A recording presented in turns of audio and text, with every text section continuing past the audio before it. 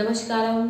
मैं हिना श्रीवास्तव, वशिष्ठ योग के वाहक, योग श्री गुरुकुलम की संचालिका व संस्थापिका। असल योग को जानने के सीक्वेंस के प्रथम भाग में आज आप सभी का स्वागत करती हूँ। देखिए, योग के बारे में व्यक्ति परिचित है।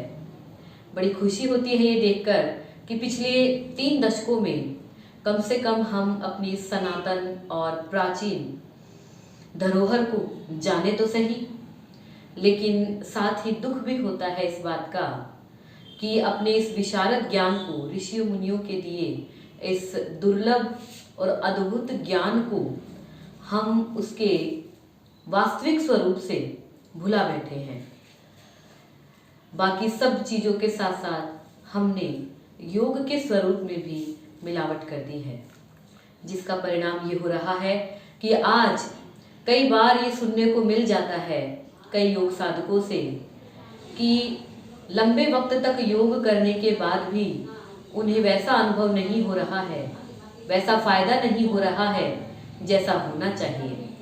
तो आज चर्चा इसी बात पर कि वो कौन सी योग की अवधारणाएं थी और वो कौन से चिरंतन योग सूत्र थे कि जिन्हें इस्तेमाल करके हम न सिर्फ अपने शरीर को बल्कि अपने मन, अपनी बुद्धि और अपने विचारों को भी शुचिता की ओर ले जा सकते हैं। तो इसी क्रम में आज हम पहले उस बिंदु की बात करेंगे जो प्रत्येक साधक को योग साधना करते समय ध्यान रखना चाहिए। तो वो पहला बिंदु है अलाइनमेंट। अलाइनमेंट यानी शरीर की स्थिति का सही होना, आपके पोस्चर का सही होना।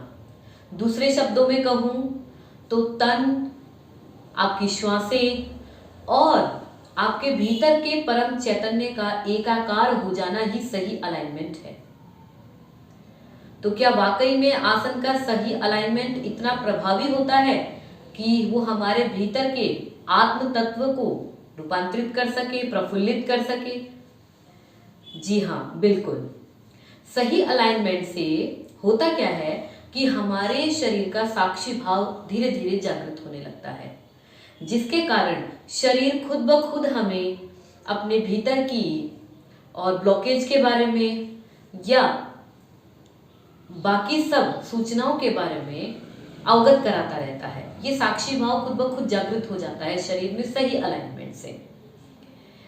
तो यदि वाकई में अलाइनमेंट इतना फायदेमंद है तो हमें इस बारे में अवश्य विचार करना चाहिए कि हम अपनी साधना में अलाइनमेंट को लेकर क्या गलतियां कर रहे हैं।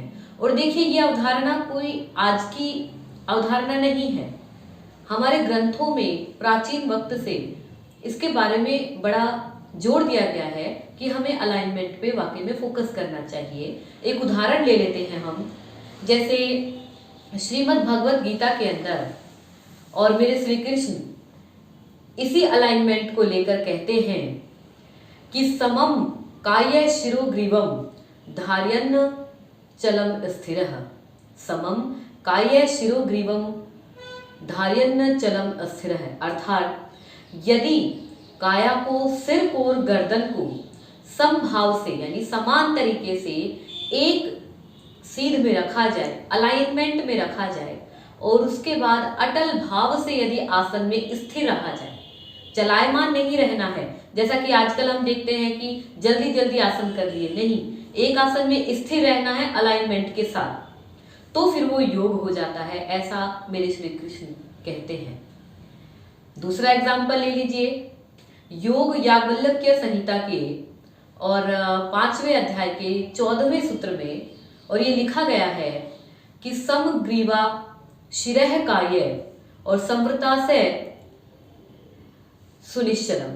अर्थात समग्रीवा शिरः काय और संवृता से सुनिश्चलम, यानी कि यदि हम गर्दन को, काया को, सिर को, वही बात है कि यदि सही अलाइनमेंट में रखते हैं और साथ में इसमें यह भी कहा गया है कि मुख को बंद करते हैं।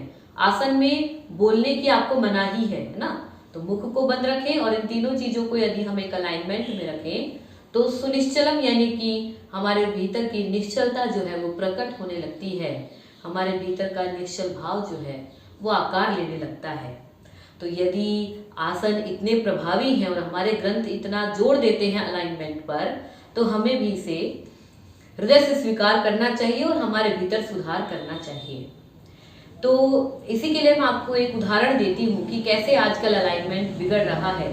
तो अर्ध मत्स्येंद्र आसन है, जो कि मेरा फेवरेट आसन है, उसके लिए हमें क्या करना है, करके देखते हैं। तो आपको क्या करना होता है, जैसे एक पैर को हम यहाँ हिप को हिप से मिलाया, ठीक है, दूसरे पैर के उठा के हमने पहले वाले घुटने के दूसरी तरफ रखा, और जो पैर उठाया हुआ है उसी हाथ को हम कमर के पीछे व्यवस्थित करेंगे।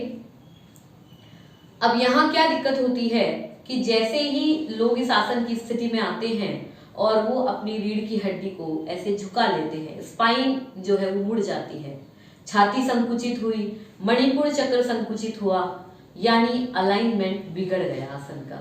और अगर अलाइनमेंट बिगड़ गया है तो फायदा कैसे होगा, इसलिए रीढ़ की हड्डी को सीधा किया, फिर हमने श्वास भर के दूसरे हाथ को ऊपर उठाया और इसे घुटने के थोड़ा सा बाजू में रखा। अब यदि रीढ़ की हड्डी फिर मुड़ गई है तो उसे फिर से सीधा किया, गर्दन को, सिर को सीधा किया, श्वास ली और श्वास छोड़ते हुए ट्विस्टिंग करनी। ट्विस्टिंग अर्थात पेट से मुड़ना, फिर छाती से मुड़ना, फिर गर्दन कंधे से मुड़ना। यदि आपको लग रहा है कि पीछे का हाथ आपने ज्यादा पास रखा हुआ है तो इसे थोड़ा सा व्यवस्थित कर लीजिए। ये हुआ आपका सही अलाइनमेंट। अब जैसे ही आप इस स्थिति में आएंगे, सही स्थिति क्या है देखिए इस आसन की, कि लोग यहाँ से अंगूठे को पकड़ने की कोशिश में झुक जाते हैं। ऐसा नहीं करना है। आप भले ही हाथ को यहाँ रखें या हाथ को यहाँ रखें, आपके अलाइनमेंट ठीक होना चाहिए, फिर वो आपको फर्क करेगा। ठीक है, तो ये आपका आसन हुआ अर्ध मत्स्येंद्र आसन। भगवान शिव की जो प्राचीन मूर्तियां, तस्वीरें हैं, वो सभी आपको इसी आसन में देखने को मिलेंगी। तो ये एक उदाहरण हुआ सही अलाइनमेंट का। और इसी तरीके से हम दूसरा एग्जाम्पल ले लेते हैं जो कि बहुतायत से आजकल गलत देखने को मिलता है, और वो है अंजनी आसन। अंजनी हनुमान जी की माता, उन्हीं के नाम पर इस आसन का नाम रखा गया है, जो कि अपने आप में बहुत शक्तिशाली आसन है। सूर्य नमस्कार में भी हम इसे इस्तेमाल करते हैं, लेकिन लोग इसे करने में बड़ी गलतियां करते हैं। तो चलिए आज उसका भी अलाइनमेंट हम सुधार लेते हैं। करना क्या होता है कि जैसे अंजनी आसन में आने के लिए आपको देखिएगा जरा ध्यान से, है ना, हम ये स्थिति रखनी है हमें, है ना। तो ध्यान क्या देना है कि ये हमारा जो टखना है यानी एंकल और घुटना, ये एक सीध में रहना चाहिए। लोग क्या करते हैं आजकल, आप देखेंगे टीवी पर भी, वो ऐसे बढ़ा देते हैं। ये जैसे ही आपने घुटने को आपके एंकल से आगे बढ़ाया, आपके घुटने में दर्द हो जाएगा। आज नहीं होगा तो कुछ समय बाद हो जाएगा। ये बहुत गलत स्थिति है।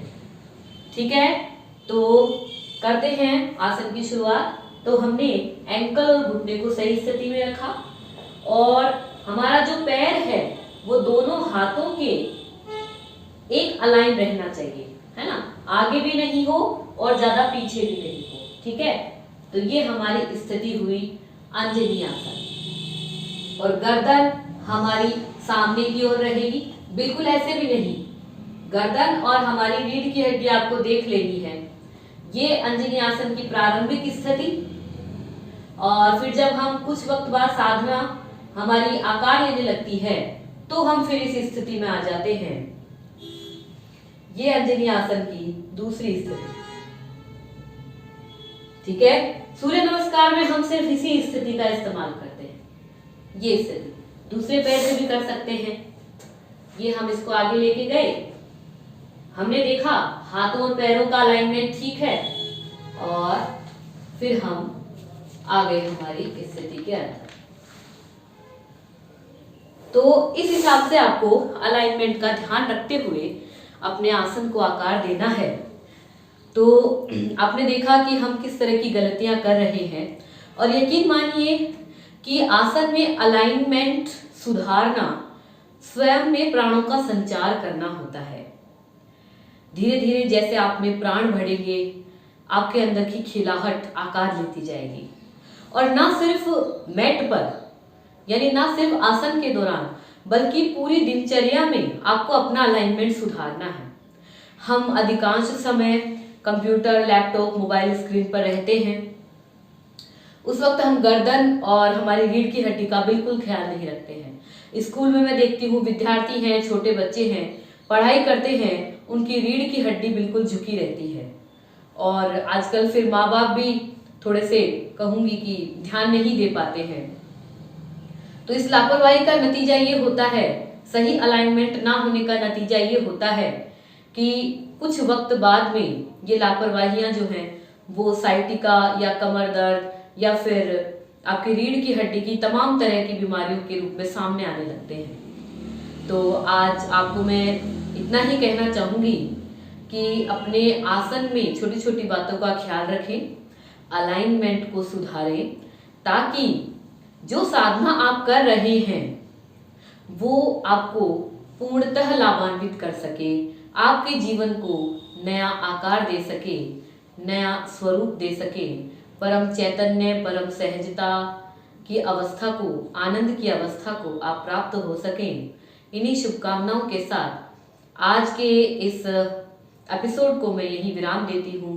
बहुत बहुत शुक्रिया आप सभी का, बहुत सारा आभार।